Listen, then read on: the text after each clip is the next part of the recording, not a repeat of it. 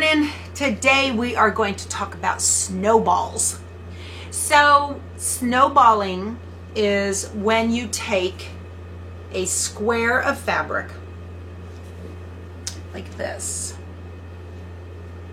You take a square of fabric and you take a smaller piece of fabric, usually another square, and you put it on you sew it to each corner, and then you trim it and you fold it back, and it comes out looking like a snowball.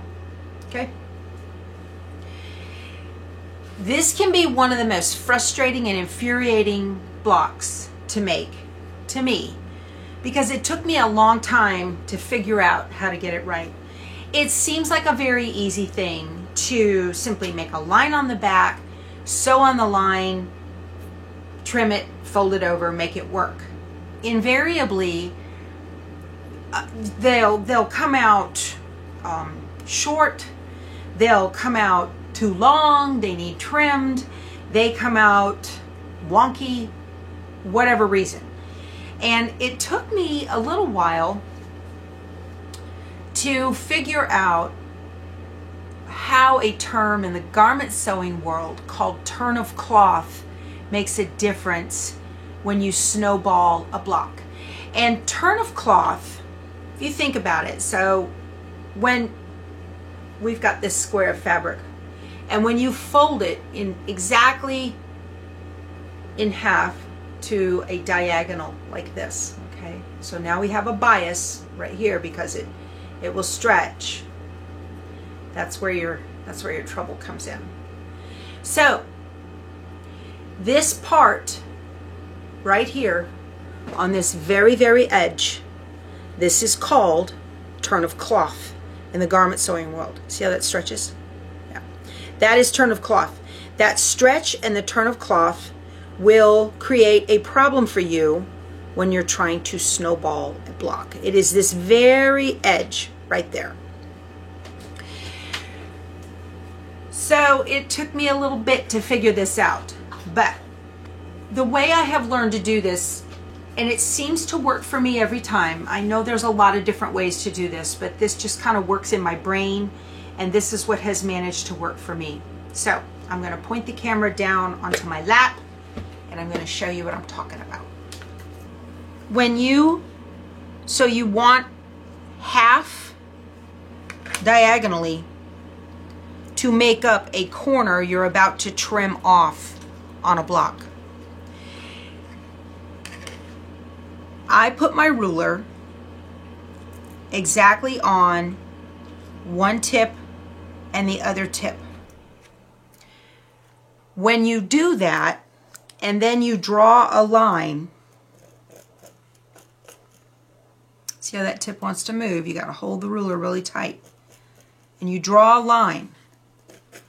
If your ruler is on the very tip of the fabric, and this just makes sense to me, if your ruler is on the very tip of the fabric, then the line is not on the very tip of the fabric because the ruler is on the very tip of the fabric. So while it doesn't, it's kind of exaggerated on this one, but you can see that the line is actually just a little bit farther over off center, only by 1 or 2 threads. That 1 or 2 threads is the turn of cloth. And that is the space that the fabric needs to fold over. So you have a marked piece now that has one smaller side than the other. That smaller side I mark, and that's the one that is going to be cut off. And I will do that to all 4 because this is my sewing line. When I mark this, this is my sewing line. All right. So again, I'm going to put my ruler exactly on the point, and then I'm going to mark it with my pencil. This is my sewing line, and I'm going to make a little mark. That's the smaller side. Now, when you sew on this line, you're going to fold over and your block should come out right. Put my ruler on here exactly on the tip of the block. Likes to move. Mark the short side. You guys, this method just works for me.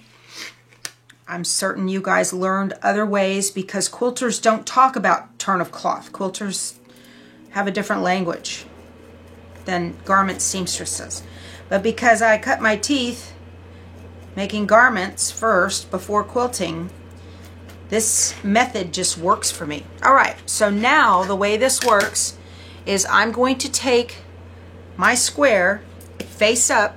So now that my square is face up, okay, the one with the mark goes to the corner exactly, and it sits. So this is where you really need accurate cutting. That's why we talked about cutting first. You want to make those accurate cuts. So now that this is exactly on, like from the front, you can't see, you shouldn't see any white, or from the other side, you shouldn't see any white, and from this side, you shouldn't see any red. Okay, that's how you know it's on exactly.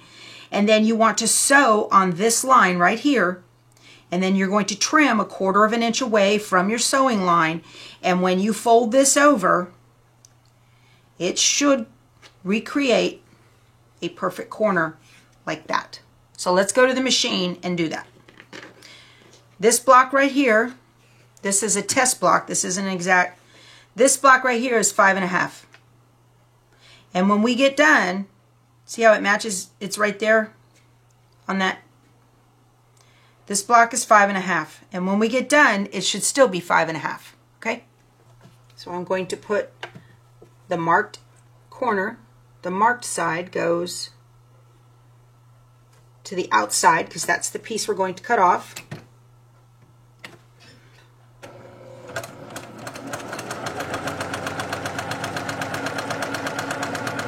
So exactly on that line. So my needle is hitting exactly on that line, and the line is on the red mark of my seam tape.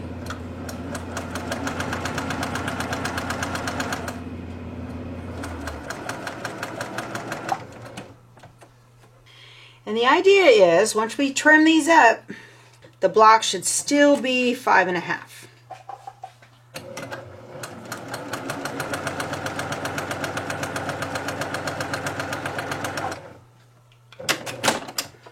All right, so on these smaller ones, you can take your scissors and just trim.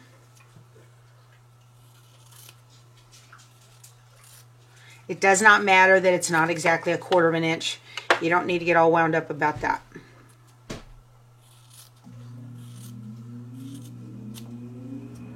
Let's cut these threads on these sides.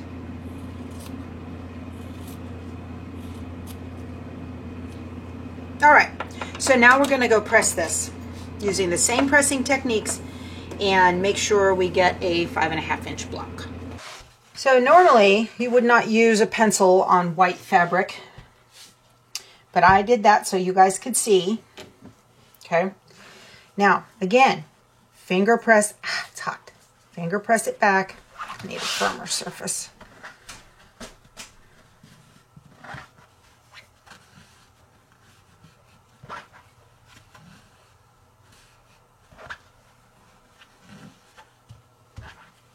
These are fiddly, guys. Very fiddly.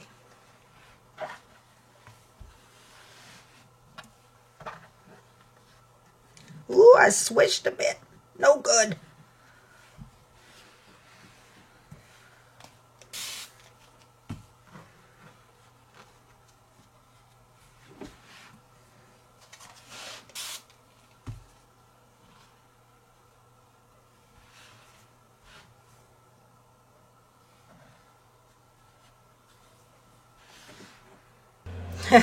And I did the exact same technique. Something went a little wonky because this side here is 5 3/8. Isn't that something? but this side, 5.5, this side, 5.5, and this side is 5.5. Now, what do I do in that situation where on this side, I'm 5 3/8? And you can see it kind of dips in this way. Use the same technique on all of them, but for some reason, it makes me crazy. So what I normally will do in this situation, because I'm not going to tear it off and, you know, rip it apart and start all over, because that the more you handle your fabric on these biases, the worse it goes. So I need a marker.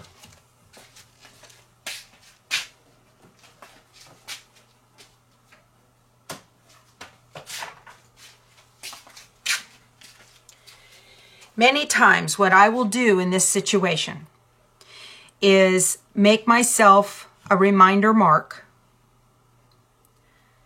where the 1/4 inch line to sew actually is. All right. So I'm putting this is that seam gauge, that seam marker again. And I'm going to put the center line right at, so here's the 1/4 inch. So there's 5, there's 5 1/4, there's 5 1/2. I'm going to put it right at the 1/4 inch. And I'm going to make a mark. All right. So this particular seam right here will be just a little shy. This one will be right at the 1/4. Let me get a darker pen. If your block calls for you to be 5 1/4 or 5 1/2, then you need to maintain that 5 1/2.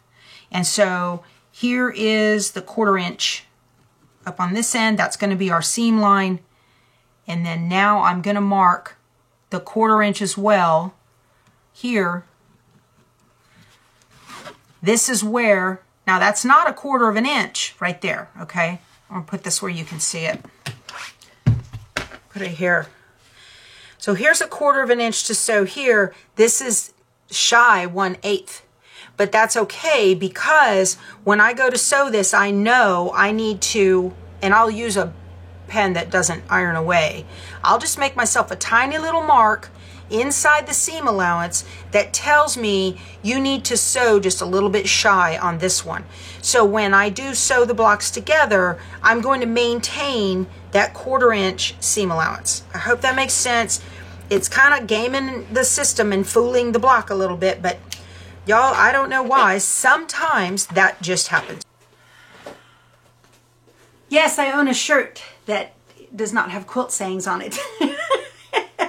I'm getting ready to go to lunch with my husband, so I finished all of my ornament blocks, and I wanted to make a note and let you guys, this is where you kind of have to put a little English on it, you know, as the saying goes.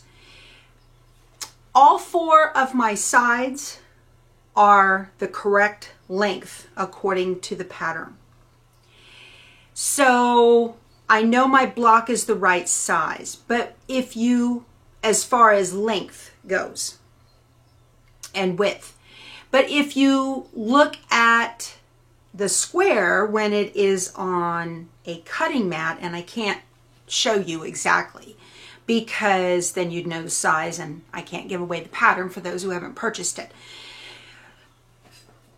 You might notice that your tips might just a little bit go up, all right? This is where you need to use your cut square as your actual piecing line. Don't be afraid to bend these bias cuts so that they actually match onto the square you're sewing them to. And we'll get into this when we get to sewing these together. I know, because I cut them the correct size, that my snowball ornament and the square it's going to go next to are the same size. And when I have bias like this, all right, what I'll do is, as I line it up, I'm going to line up the piece